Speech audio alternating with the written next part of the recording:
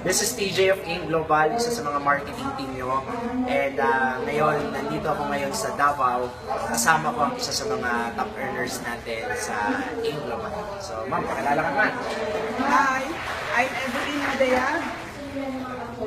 That's my name. Background, ma'am, background. Background ko, I'm just a plain housewife. I tried the product lang, and then in love ako sa product. The next thing I realized, mas maganda pala ang opportunity. Doon ko nakita ang pinakamagandang kitaan na napakagaan, one-time capital, lifetime na. So dito marami akong naging investment at saka ang maganda, nagiging exclusive school yung mga anak ko, nagkaroon ako ng sariling bahay, sariling sasakyan. Ilang years yan? Ilang years?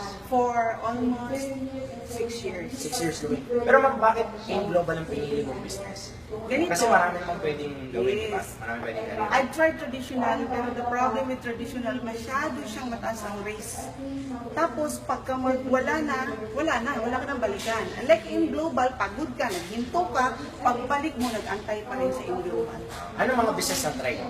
Na-try ko na po, meron akong barbershop, na-try ko na po, meron akong cake shop, na-try ko na rin yung mga all direct selling, Pero except bakit mahirap? Bakit mahirap?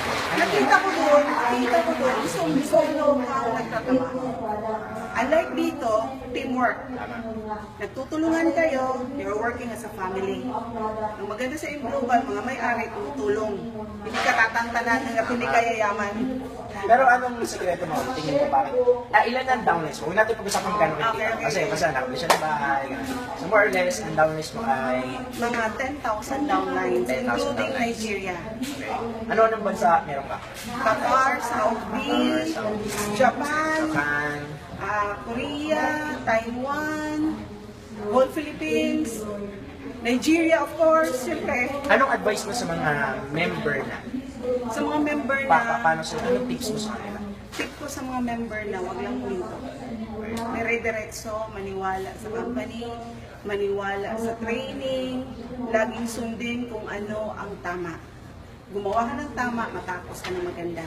Pero yung God mga bless yung you. mga yung mga nakikinig lang, yung mga di pa member, ano? Yung mga di pa masasabi mo sa member, wag lang kayong mag-antay, mag-join na kayo. kanila? Bakit? Sayang ang time.